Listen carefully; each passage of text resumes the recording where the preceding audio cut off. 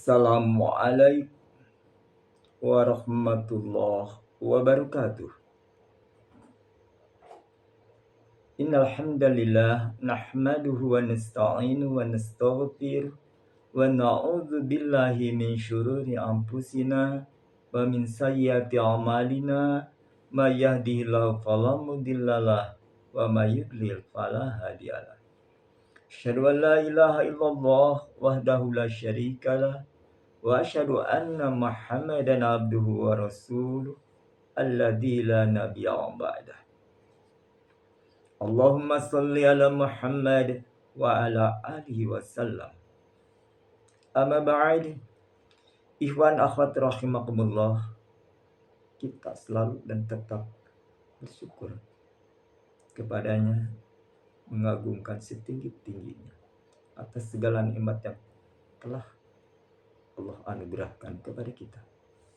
Mudah-mudahan pagi ini pun salah satu anugerah yang betul-betul menjadi saksi kelak di kemudian hari bahwa kita belajar berusaha maksimal untuk taat kepada Allah dan Rasulnya. Insya Allah pagi ini kita akan menggali makna yang terkandung dalam ayat, yakni surat Al-Imran ayat ke-31 hingga ke-32. Ayat ini menjelaskan ketegasan atau menegaskan bahwa bakti atau cinta yang sejati kepada Allah adalah dengan mengikuti ajarannya secara total. Baik taat kepada Allah dan Rasulnya tentu dari berbagai sisi, terutama dalam ibadah dan akidah. Orang biasa menyebut jika taat kepada Rasul adalah ittiba, yakni mengikuti dengan ilmu. Di sisi lain ayat yang menjelaskan jika kita taat kepada Rasul sungguh telah menaati Allah. Ayuti Rasul faqad ata'ah. Ketaatan tentu ini yang mutlak kepada Allah dan Rasulnya merupakan syarat untuk mendapatkan kasih sayangnya, ampunannya, juga rahmatnya. Sementara berpaling dari ketaatan tersebut itu merupakan tanda atau ciri orang yang ingkar kepada. Ayat ke-31 ini sering disebut sebagai ayatul ikhtibar, yakni ayat ujian untuk membuktikan kejujuran klaim cinta seseorang kepada Allah Subhanahu wa taala. Jika seseorang mengaku cinta kepada Allah, maka ia wajib mengikuti dan meneladani Nabi Muhammad SAW dalam segala aspek kehidupannya, baik dalam perkataannya, perbuatannya, dan ketetapan yang sudah digariskan beliau. Balasannya tentu jelas nanti kita akan kenal di dalam, yakni balasan dari Allah sungguh mengagum dan menggiurkan. Ya.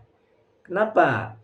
Jika persyaratan tersebut terpenuhi, Allah akan membalas dengan mencintai hamba-Nya, mengampuni dosa-dosanya, dan memberikan rahmat.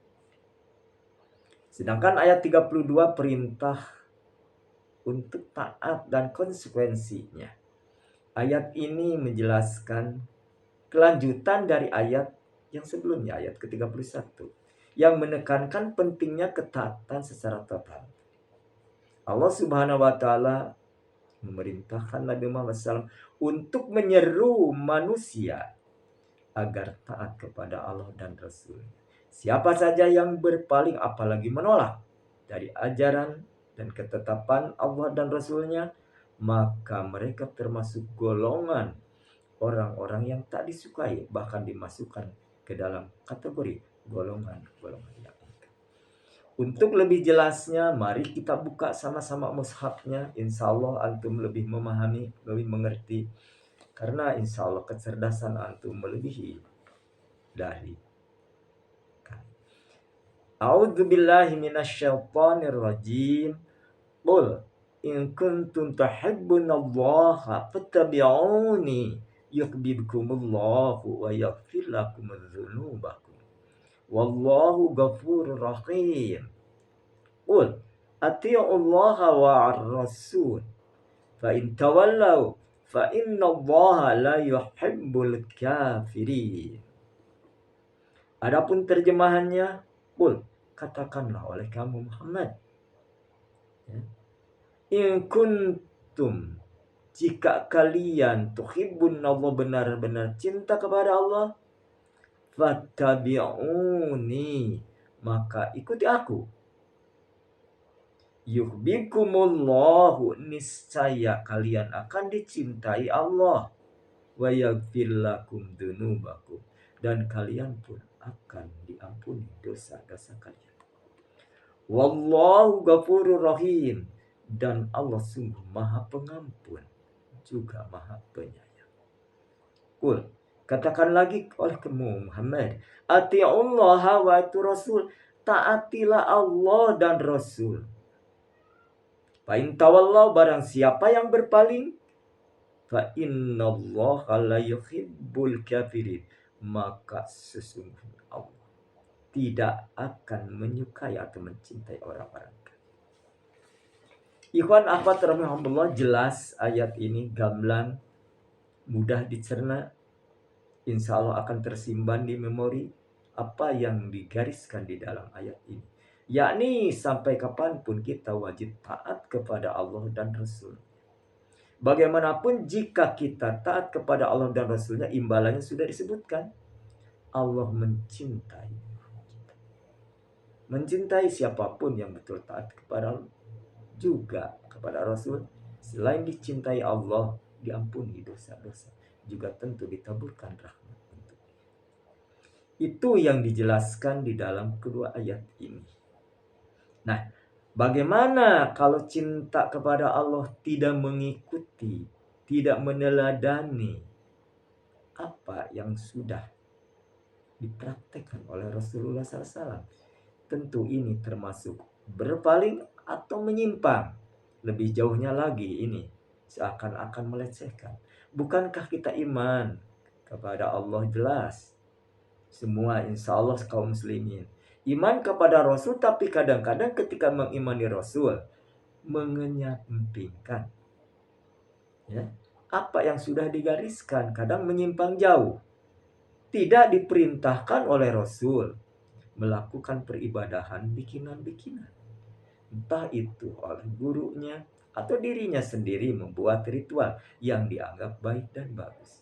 Kalau memang demikian adanya, berarti tidak taat kepada Rasul. Kalau taat kepada Rasul, jelas harus mengikuti jejaknya, apapun yang disabdakannya, ya, dari berbagai sisi tentu, akidah, ibadah, muamalah, Rasul sudah menyampaikan, termasuk akhlak. Dengan ucapan-ucapan yang gamblang, jelas, gak ngejelimet, tapi ada juga ungkapan tentu. Bagi orang-orang yang mengerti, tidak akan kasar. Tindakannya tentu perbuatan, ketaatan kepada Allahnya sungguh luar biasa. Tak seorang pun menyamainya, kecuali Rasul-Rasulnya tentu. Tapi alangkah indahnya jika kita belajar berusaha maksimal meneladani beliau. Ya, tentu yang paling utama adalah dalam akidah beribadah. Muamalah tentu ada kelonggaran-kelonggaran lain yang diberikan kepada hambanya jika saja taat kepada Allah dan Rasul. Nah, apapun yang dianugerahkan Allah kepada Rasul, tentu Rasul juga memberikan contoh kepada kita. Tadi, ucapan, tindakan, dan hal yang disetujui. Jika saja Rasul memberikan sesuatu, di dalam surat Al-Hasr ayat 7, memberi di sini tentu, ya, nasihat, saran, wasiat, atau pemberian hal-hal yang bersifat dunia. Terima. Apapun yang dilarang Rasul, tentu harus belajar berusaha maksimal untuk tidak melakukan atau menghindari. Di dalam surat Al-Hasr ayat 7, jelas di sana, wa ma atakum rasul, dan apa saja yang datang dari Rasul atau diberikan oleh Rasul, fakhudhuhu, maka terima hal tersebut. Wa manahakum an pantahu, dan apapun yang dilarang Rasul kalian melakukannya hal tersebut, maka hindarilah atau jauhilah. Itu kalau kita memaksakan diri merasa bahwa apapun yang disampaikan idolanya, ya, tah gurunya yang disanjung-sanjungnya, tapi keluar dari tatanan lingkup apa yang diperintahkan Allah dan Rasulnya, jelas ini tidak akan diterima, yakni tertolak. Hadis yang sudah masyhur populer bahkan tersimpan insya Allah di memori antum, sudah jelas, man amila amalan laisa alaihi amrun fahuwa rad. Barang siapa melakukan suatu amalan bukan hal tersebut termasuk perintah kan, jelas bahwa maka tertolak. Ini sanksi bagi orang-orang yang menyimpang dari ketaatan kepada Rasul dengan asumsi ini lebih baik dan bagus. Padahal sejatinya kebaikan yang mutlak, yang hak, yang benar itu adalah, ya, harus datang dari Rabb, sebagaimana dicontohkan. Al-haqqu min rabbika fala takunna minal mumtarin. Kebenaran itu datang dari Rabb kalian. Jangan sekali-kali kau ragu. Ini, maka apa yang disampaikan ayat ini, Allah memberikan kuasa sepenuhnya tentang ajaran ibadah dan cara mencintai Allah sepenuhnya. Bagaimana? Yang mengikuti, meneladani apa yang disampaikan, apa yang ditampakkannya, dipraktekannya, dan hal yang disetujui. Itu. Mari kita kenali juga salah satu ancaman dasar dari Allah jika kita menyelisihi, yakni menyimpang dari perintah Allah dan Rasulnya, tapi ditekankan di sini menyimpang kepada Rasul dari ajarannya sama dengan menyimpang ajaran Allah. Di dalam surat An-Nur ayat 63, insya Allah antum juga sudah mengenal dan mendengar, bahkan menghafal. Falyahdharil ladzina yukhalifu an amrihi an tusibahum fitnah aw adzabun syadid. Maka hendaklah orang-orang yang menyelisihi Rasul takutlah akan bencana menimpa, juga bisa jadi adab yang sangat dahsyat. Ini ancaman yang keras bagi orang-orang yang membuat ritual-ritual tentang ibadah yang menyimpang dari syariat. Tidak main-main Allah memberikan ancaman ini. Yang pertama ditolak tadi. Amalan bukan dari ajaran Rasulullah SAW ditolak. Tapi yang lebih dahsyat adalah menyimpang. Tadi dapat adab yang dahsyat, di dunia pun akan mendapat bencana. Secara lahiriah bisa tidak seketika, atau bisa dengan perlahan, atau seketika bencana itu datang kepada. Tak disadari kita ini tak lepas dari saat-saat jika Allah mencintai, keberkahan hidup akan didapat. Tapi jika Allah murka, kebinasaan tentu akan datang, lambat atau cepat. Ini peringatan yang harus betul-betul disimpan dalam memori. Jangan sampai kita melakukan sesuatu di luar syariat itu. Kerugian akan kita rasakan. Terlebih lagi jika kita seseorang yang dianggap sebagai tokoh masyarakat, pimpinan pesantren, atau dai yang diundang ke sana kemari, yang disampaikan bukan dari ajaran Rasul sebagaimana diajarkan Allah kepadanya tentang ibadah yang sudah mutlak, yang tidak bisa dirubah lagi, kemudian menyampaikan sesuatu atas nama Nabi, bikin aturan atau bikin hadis kalau bahasa kita, dianggap ini baik dan bagus, azabnya luar biasa.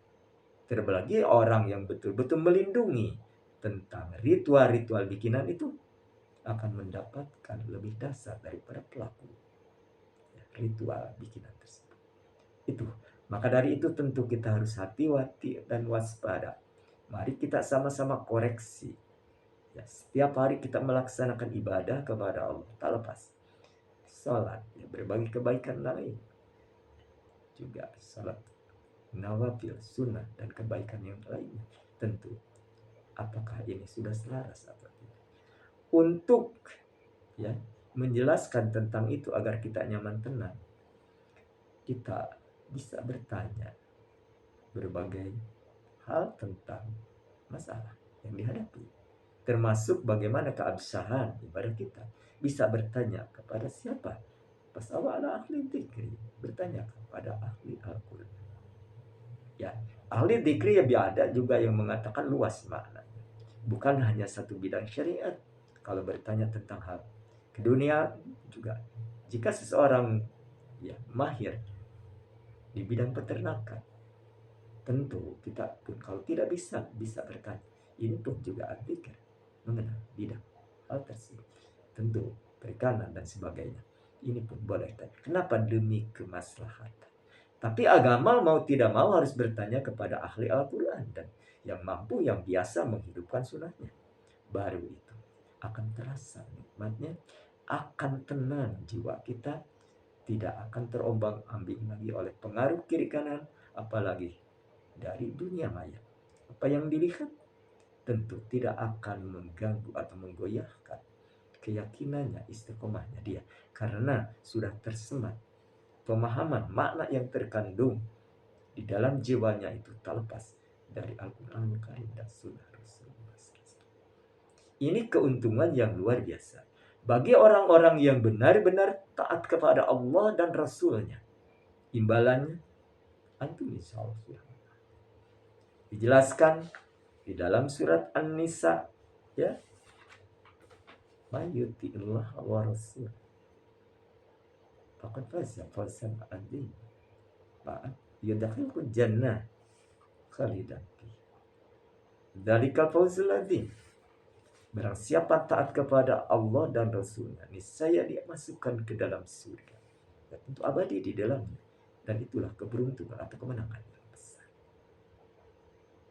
Di sisi lain juga Allah sudah menjelaskan dalam ayat selanjutnya. Di dalam surat An-Nisa ayat 69 sudah jelas di situ ya. Dikatakan wa may yuti'illaha wa rasula, barang siapa taat kepada Allah dan Rasulnya, faulaika an'amallahu, maka dia ya orang-orang tersebut sudah dikasih nikmat oleh Allah, disatukan bersama orang yang dikasih nikmat Allah.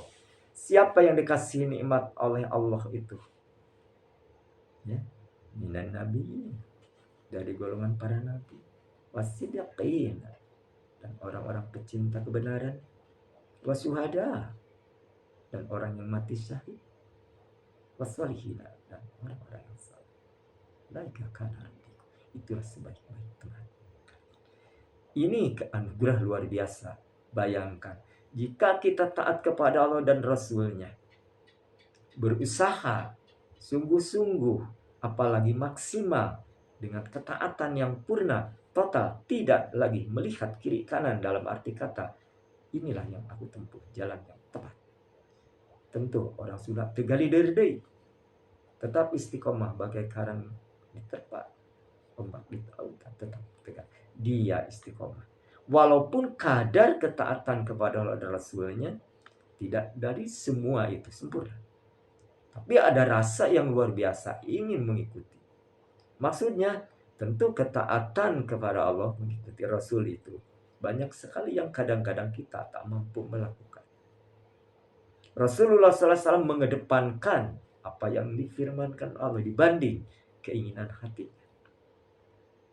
Rasulullah SAW cinta purna kepada Allah dibanding cinta kepada dirinya dan keluarganya atau hal-hal yang lain.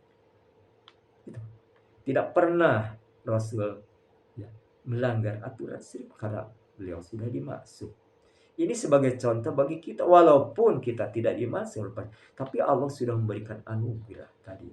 Jika taat kepada Rasul, ya, tadi taat pasti kepada Allah, diikuti kepada Rasul, Allah mencintainya, juga mengampuni dosa-dosa. Ini jelas. Taat aja kepada Allah dan Rasulnya sudah ada. Bagaimana kalau taat kepada Allah, sepak terjangnya bertolak belakang dengan apa yang disabdakan Rasul?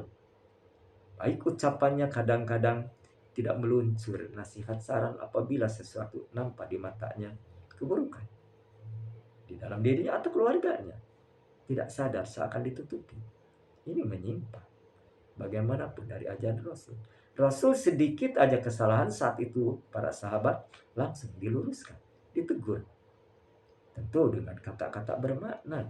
Tidak ada hal yang lain kecuali cinta untuk menyampaikan hal tersebut kepada para sahabat. Maka para sahabat bukan saja Rasulullah itu sebagai panutan tertinggi, kekasih yang memang dicintainya sepenuh hati, melebihi dari segalanya. Beliau juga dianggap sebagai guru besar yang memberikan pemahaman. Sementara para sahabat tentu yang disebut tingkat kecerdasannya ada yang di bawah. Bagaimana Rasul menyampaikan dengan kata-kata tekanan intonasi sampai 3 kali dan memberi contoh-contoh agar mudah dicerna. Karena para sahabat Rasul itu tidak semua pandai, cerdas, pintar. Hanya beberapa orang. Dan itu pun juga Rasul tahu. Maka disitulah orang-orang yang dipilih Rasul untuk menyampaikan sabda atau firman-Nya itu tentu orang-orang yang dipercaya. Ada yang dipercaya bidang tadi kita bawa tentang tafsir, ada yang dipercaya juga tentang penulisan. Ya, hal-hal yang di dalam hati tersirat, disimpan, kata-kata indah itu. Ini bagaimana hadis kursi, bagaimana sabda beliau, bagaimana keseharian beliau. Semua bagi para sahabat yang dekat itulah yang akan mengenal betul seluk-beluk kehidupan Rasulullah. Nah, Rasulullah selalu di mata istri-istrinya suami yang terbaik, di mata ayah anak-anaknya ayah juga yang baik. Terlepas di medan perang, para sahabat dan para kaumnya yang menganggap panglima terbaik. Juga di bidang hal kedermawanan juga paling terdekat. Ini contoh-contoh. Dan Rasulullah SAW juga salah satu orang yang terbaik dalam memaafkan. Musuhnya aja berapa banyak sejatinya kalau seandainya ada kedendaman di dalam hati. Tapi Allah sudah memberikan kelembutan hati kepada Rasul, kasih sayang, maka termasuk di sini memaafkan. Walaupun sejatinya orang itu sudah mencelakakan, yang bukan lagi menghina, tapi membuat makar untuk membunuhnya. Tapi Rasul dengan kelembutan hati, pertolongan Allah ada di dalamnya, memaafkan. Dengan apa harapan? Mudah-mudahan dia jadi orang terbaik setelah membenci, mencintai sepenuh hati, seperti yang dilakukan para sahabat sebagian yang tentu dari orang-orang musyrik yang paling benci kepada agama Allah, yakni Umar bin Khattab. Tapi dengan ketegasannya luar biasa, tapi Allah memberikan anugerah setelah Rasulullah SAW ya, tentu mendidik para sahabat dan keluarganya juga melantunkan ayat suci Al-Quran. Disitulah Umar bin Khattab terenyuh dulu hatinya mendengar ayat suci Al-Quran, karena beliau tahu persis mana yang terkandung, walaupun bahasa Quran beda dengan bahasa Arab, tapi di sisi lain mereka pasti paham. Itulah ikhwan akhwat, ketundukan kepada dan Rasulnya sejatinya menundukkan kepatuhan kepada yang lain, terutama hawa nafsu. Ketundukan kepatuhan juga tentu ini dijelaskan di dalam surat An-Nisa ayat 59. Ini apabila kita ada salah satu perbedaan, ikhtilaf ya tentang berbagai hal, terutama dalam urusan agama, mau tidak mau harus kembali kepada kitab Allah dan sunnah Rasul. Ayat yang ini yang saya bacakan tentu sudah antum juga kenali dan apa. Ya ayyuhalladzina amanu atti'ullaha wa atti'ur rasul wa ulil amri minkum. Ya wahai orang-orang yang beriman, taatlah kalian kepada Allah dan taatilah kalian kepada Rasul. Wa ulil amri minkum, dan pemimpin atau di antara kalian. Fa in tanaja'tum bi syai'in farudduhu. Dan apabila kalian bersilang pendapat berbeda dalam beberapa masalah, farudduhu ila Allah, hendaklah kembali kepada Allah, yakni Al-Qur'an Karim. Wa Rasul, dan kepada Rasul, yakni Sunnah. In kuntum tu'minuna, jika kalian benar-benar ya beriman kepada Allah wal yaumil akhir, dan kepada akhir, dzalika khairu ahsanu ta'wil, yang demikian itu paling baik dan paling utama, dan paling baik juga akibat. Ini taat kepada Allah dan Rasulnya tentu harus diikuti dengan taat kepada pemimpin. Pemimpin mana? Ya diantaranya minkum, orang-orang beriman itu sendiri. Jadi kalau kita menaati orang beriman juga ada sekat tertentu. Jika orang beriman memerintahkan kepada kebaikan dan kebajikan, tetap tunduk patuh selalu. Tapi manakala orang beriman itu ditakdirkan jadi tokoh pemimpin apapun, jika menyeru kepada keburukan, tentu harus dihindari. Suatu saat ini berkenaan dengan ayat ini, di zaman Rasulullah SAW, Rasul memberikan satu anugerah barangkali kepada salah satu sahabat yang betul-betul memiliki kecerdasan dalam berperang. Beliau angkat sebagai pimpinan. Maka berangkatlah ke medan perang di bawah pimpinan yang dipilih Rasulullah. Di tengah perjalanan mungkin bisikan hati itu beda karena bisa berubah-ubah. Merasa jika taat kepada Allah dan Rasul harus diikuti kepada pemimpin. Ini pemimpin diangkat dari orang Ansar, salah satu sahabat yang memang terkenal. Di perjalanan dia memerintahkan kepada pasukannya, kumpulkanlah kayu bakar. Lalu tentu pasukannya segera mengumpulkan karena pimpinan yang menyerukan itu.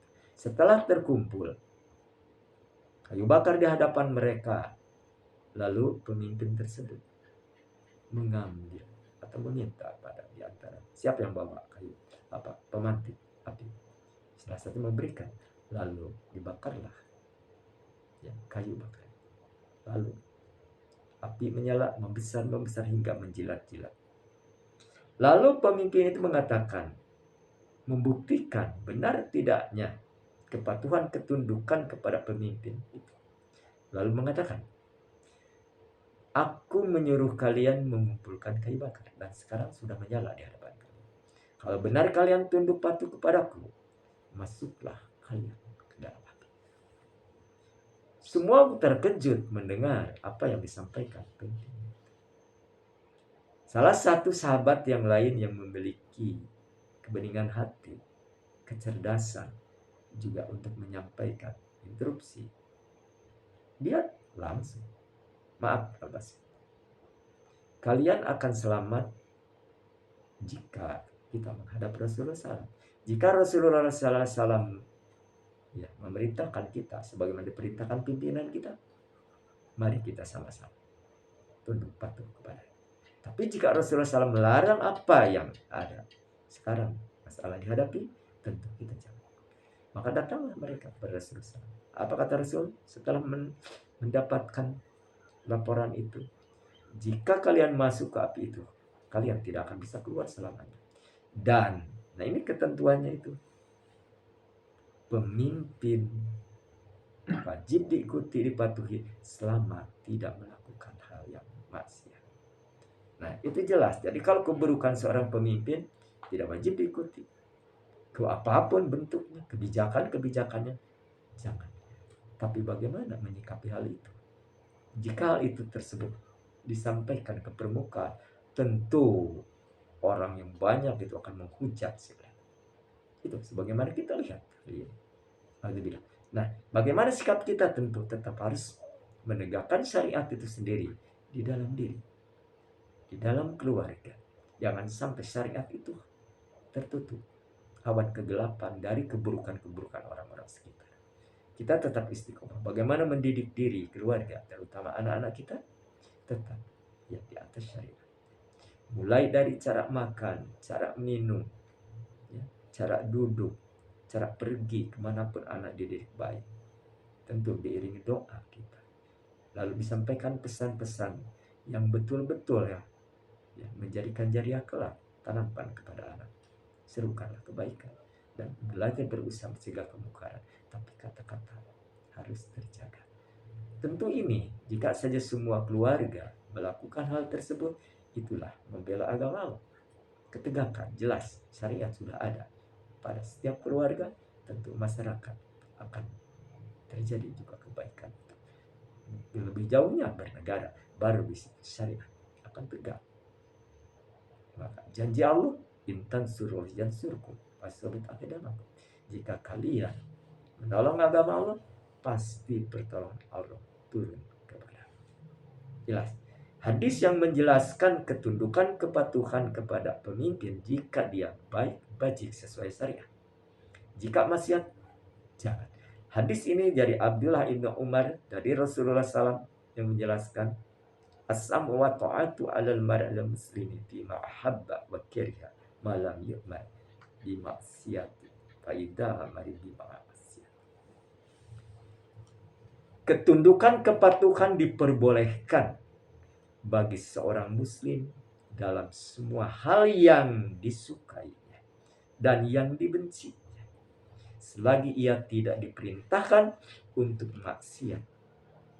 Apabila diperintahkan untuk bermaksiat, maka tidak boleh tunduk dan tidak boleh patuh kepada. Jelas. Jika saja di antara, mudah-mudahan antum tidak terjadi atau tidak termasuk di dalamnya. Kalau ada salah satu keluarga, ya tentu jauh dari agama, pasti akan mendidik anaknya baik menurut versinya sendiri, bukan menurut syariat. Maka tidak heran jika dia perkembangan anaknya suatu saat bisa bukan tidak hormat lagi kepada orang tua, bahkan bisa membuang orang tua. Kemana? Bisa ke panti asuhan atau ditelantarkan karena jauh dari sana. Kita juga bisa melihat bagaimana orang-orang di luar sana, bagaimana orang tua yang sudah renta, yang sejatinya harus dijaga diriksa dalam arti kata kebutuhannya, malah ditelantarkan, rumahnya sendiri saja sudah tidak boleh masuk. Apalagi yang mereka warisan begitu banyak diambil hingga terlantar orang tua. Padahal sejatinya jika orang yang beriman, bertakwa kepada Allah dan Rasul, ya, beriman pada Rasul, jelas tidaklah demikian. Rasulullah memberi contoh yang terbaik. Bagaimana Rasulullah SAW mencintai rumahnya, keluarga, anak-anak, istrinya, bersih murni lillahi ta'ala. Inilah yang disebut dicintai, mencintai karena Allah. Membenci juga karena Allah. Rasul marah apabila syariat itu, katakanlah bahasa kita, diobok-obok atau dilanggar. Tidak dengan urusan yang lain. Rasul selalu senyum, ekspresi tidak senang jika hal yang tersebut membuat pelanggaran. Disinilah.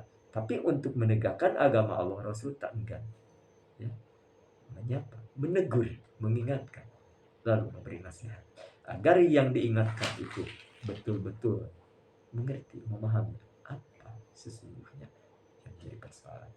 Ini contoh Rasulullah SAW dalam mendidik. Tentu kita pun harus mengikuti cara mendidik diri, tentu yang paling utama agar jadi teladan untuk anak istri. Karena di dalam keluarga tentu bukan hanya ucapan seorang ayah yang akan didengar, tapi tampak perilakunya.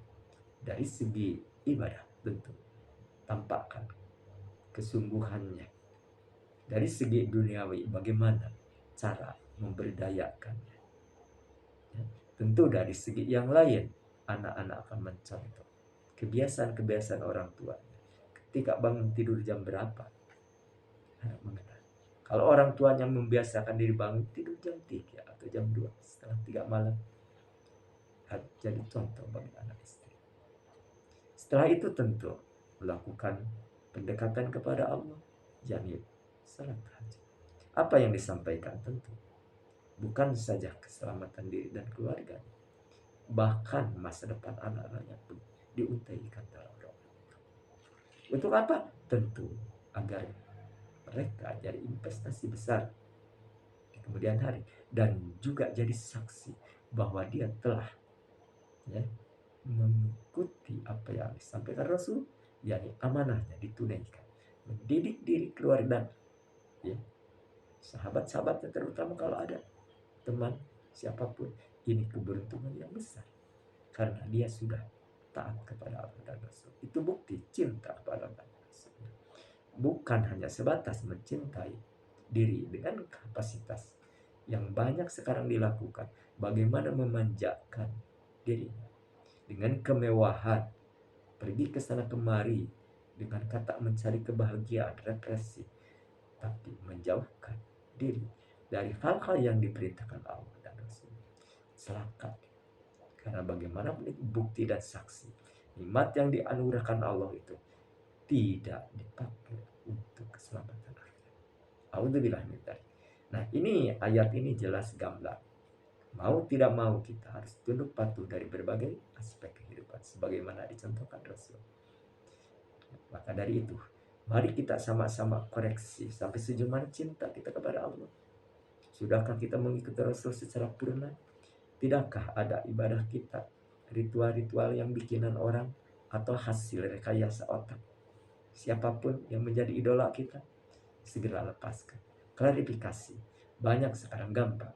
Apakah yang aku lakukan ini sesuai dengan syariat atau dibalik? Tuh, ada hal yang patut diperbaiki. Apalagi menyimpang jauh. Sekarang gampang. Tinggal klik, bukankah Anda sudah mengenal cara? Nah, itulah. Nah, ini satu anugerah luar biasa mengingatkan kepada kita. Ini pelajaran besar. Ini ujian. Tadi ayat ini sering disampaikan. Ini ayatul ibtilai. Ya, ujian. Untuk membuktikan kejujuran hati sampai sejauh mana klaim ucapannya itu mengatakan taat kepada Allah dan Rasul. Jika benar itu, alhamdulillah, bersyukurlah. Ya, kita sudah termasuk, antum termasuk orang-orang yang benar-benar mendapatkan anugerah tadi. Selain akan mendapatkan ampunan, cinta, rahmat, juga dimasukkan ke dalam surga, disatukan di surganya dengan orang-orang yang dipilih Allah. Ya, setara dengan para nabi tadi, para siddiqun pecinta kebenaran, orang yang mati syahid di medan perang, juga orang-orang yang soleh. Kita merasa bangga kalau seandainya ada di antara keluarga kita menyerukan kepada hal tersebut, kemudian diikuti dengan ketundukan kepatuhan. Alhamdulillah, itulah satu pimpinan yang terbaik. Entah itu dari seorang ayah, seorang ibu, juga seorang anak mengingatkan jangan lupa jika seandainya orang tua kita, ya, pendidikannya setinggi kita, ingat dalam kata, ingat dalam juga mengingatkan, karena beliau-beliau ini walaupun kondisi tingkat pendidikannya rendah, bahkan mungkin ada yang tidak pernah mengenyam pendidikan, ingatkan dengan kata-kata tetap yang baik, yang pantas, yang memuliakan.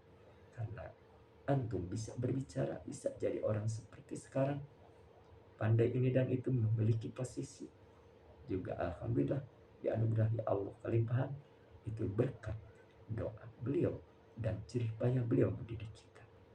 Itulah ikhwan, akhwat rahimahullah, keuntungan yang harus kita cari, ya, keberuntungan, kemenangan yang harus kita dapatkan, tentu berusaha maksimal untuk tetap taat kepada Allah dan Rasul. Jika saja taat kepada Allah dan Rasulnya tadi, anugerah yang sangat luar biasa didapat.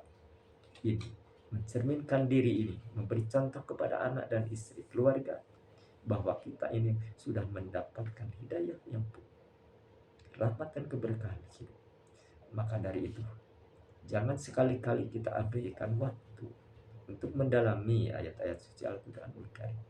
Mudah-mudahan kita dikasih anugerah, kesempatan waktu yang banyak untuk, ya, menempuh jalan yang lurus ini dengan cara memahami kitab Allah, Rasul. Jadi tidak ada alasan bagi kita untuk tidak mempelajari, karena pasti setiap orang memiliki waktu. Sesibuk-sibuknya orang, entah itu pengusaha, entah itu pejabat, pasti Allah sudah menganugerahkan waktu istirahat. Dan waktu istirahat bukanlah kita, ya, melepaskan penat sampai apapun. Bisa orang yang senang itu dengan membaca, itu ada nikmat lain. Ya, bisa juga dengan mungkin keluar sesaat di kampung, ya, setelah kerja keras, bisa komunikasi dengan teman tetangga. Tapi yang dibicarakan tentu tidak seperti dulu, membicarakan hal-hal yang bersifat duniawi, tapi agama harus masuk menyelipkan di dalam. Inilah keberuntungan bagi orang-orang yang benar-benar itu taat kepada Allah. Itulah ikhwan, mudah-mudahan Allah memberikan kemudahan, ya, keistiqomahan, agar tetap kita dicintainya, karena mengikuti apa yang disampaikan firman-Nya ini, yakni taat kepada Allah dan Rasul. Tidak ada terletak di hati sedikit pun, dan jangan sampai ada ya, mendapatkan sesuatu pengaruh lalu melepaskan yang sudah ada di dalam hati ini, yakni pemahaman tentang syariat. Taat kepada Allah itu jelas harus mengikuti Rasul. Menyimpang dari Rasul, walaupun klaim berjuta kali berzikir terus, tetap tidak bernilai jika saja hawa nafsunya belum tunduk kepada apa yang Rasulullah SAW bawa, yakni risalahnya. Ada satu hadis yang menjelaskan ya, bahwa orang-orang yang betul-betul dalam arti di sini mengatakan dia tunduk kepada Allah, tapi menyimpang dari kebenaran yang hakiki, lepas dari syariatnya, jelas dia akan mendapatkan kerugian yang besar. Satu hadis memang panjang, tapi maknanya seperti ini.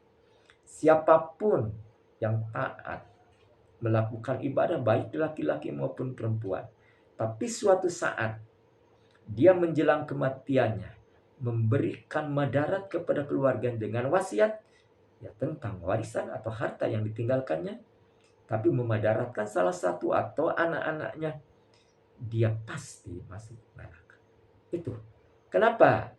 Waris sudah jelas semua, harus betul-betul diberikan kepada yang hak.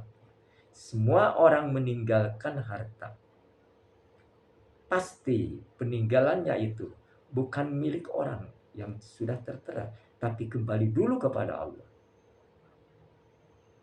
Dari Allah dibagikan kepada ahli warisnya, anaknya, istrinya, orang tuanya, kerabatnya, ada aturan. Nah, barang siapa berwasiat tapi melanggar dari aturan itu, tidak tunduk patuh pada ayatnya di dalam surat An-Nisa 12, dia pasti masuk neraka. Karena apa? Iya, di sisi lain dia cinta kepada Allah, tapi tidak cinta kepada firman-Nya untuk membagikan harta warisan secara adil. Laki-laki kan dua bagian, perempuan.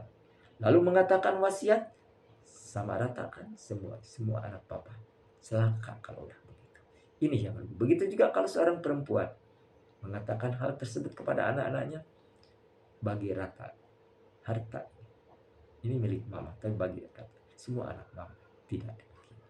Ya, itu ada bagian-bagian lain beda antara laki dan perempuan. Kalau sama rata jika laki-laki sama, tapi kalau perempuan semua hanya 2/3 yang dibagi, yang 1/3 ada bagian yang lain.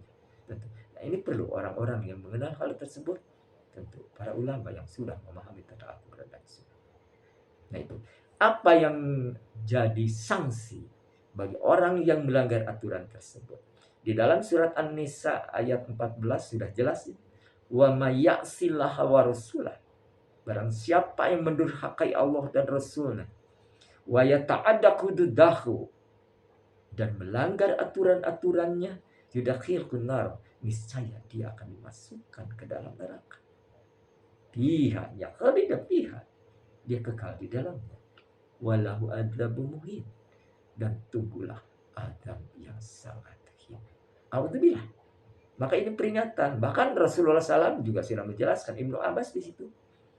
Ilmu yang akan pertama diangkat adalah ilmu waris. Maka sedikit sekali orang-orang yang mendalami ini. Karena satu mungkin perasaan enggan, kedua belum juga ada yang bisa mencerahkan. Padahal hanya kalau kita mau. Nah ini perlu. Maka belajar di dalam surat An-Nisa sudah jelas. 12 dan selanjutnya bagaimana bagian laki-laki. Berapa bagian perempuan, berapa bagian ayah kalau ditinggalkan anaknya, berapa istri kalau ditinggalkan suami, begitu juga kebalikannya, ada bagian-bagian tertentu. Maka di sini perlu, mudah-mudahan kita masuk nanti ke ayat itu. Bagaimanapun kita wajib tunduk patuh kepada Rasulnya dari berbagai hal, termasuk warisan itu, yang bisa memanfaatkan, menjadikan kebahagiaan kelak di kemudian hari jika tunduk patuh aturannya, jika melanggar celaka. Alhamdulillah, mudah-mudahan dilindungi kita. Tetap jangan sampai terbius dengan ilmu yang lain di luar syariat itu dalam pembagian waris. Karena itulah jadi bumerang buat dirinya. Apalah artinya? Harta kekayaan yang terus diwasiatkan tapi menyalahi aturan. Alhamdulillah. Mudah-mudahan pertemuan kali ini kita mendapatkan satu pelajaran, yakni tetap kita belajar purna ketundukan kepada Allah dan Rasul. Jangan sekali-kali kita mengikuti apa yang di luar syariat itu sendiri. Entah ritual apapun bentuknya, dianggap baik dan bagus, tapi tidak ada perintah dari Rasul, jangan sekali-kali kita lakukan. Maka Ibnu Abbas mengatakan, sederhanalah dalam beribadah. Dengan sederhana di sini tunduk patuh kepada Allah dan Rasul, walaupun tidak purna kadarnya, kehusuan, kadar kesempurnaan, tapi sederhana di sini tentu ya, lebih baik daripada banyak melakukan ritual-ritual bid'ah. Itu kata Ibnu Abbas. Kita insya Allah mudah-mudahan kita koreksi untuk melepas bid'ah-bid'ah itu. Ya, jangan sampai ada, akan merusak ibarat virus yang ada dalam diri, dan itu bisa menyesatkan diri juga keluarga atau orang lain. Maka hati-hati di sini kita menyampaikan apa yang kita sampaikan itu harus betul-betul sesuai dengan ajaran yang diajarkan Allah kepada Rasul. Rasul menjelaskan di situ. Barang siapa mengatasnamakan diriku, tapi di dalamnya tidak sesuai dengan apa yang diperintah, jelas dia akan merugikan dirinya sendiri. Bahkan jelaskan di dalam satu hadis bahwa man qala, barang siap berkata atas nama Nabi, ya, bahwa maka ada benar. Padahal itu kepalsuan, maka siap-siaplah duduk di neraka.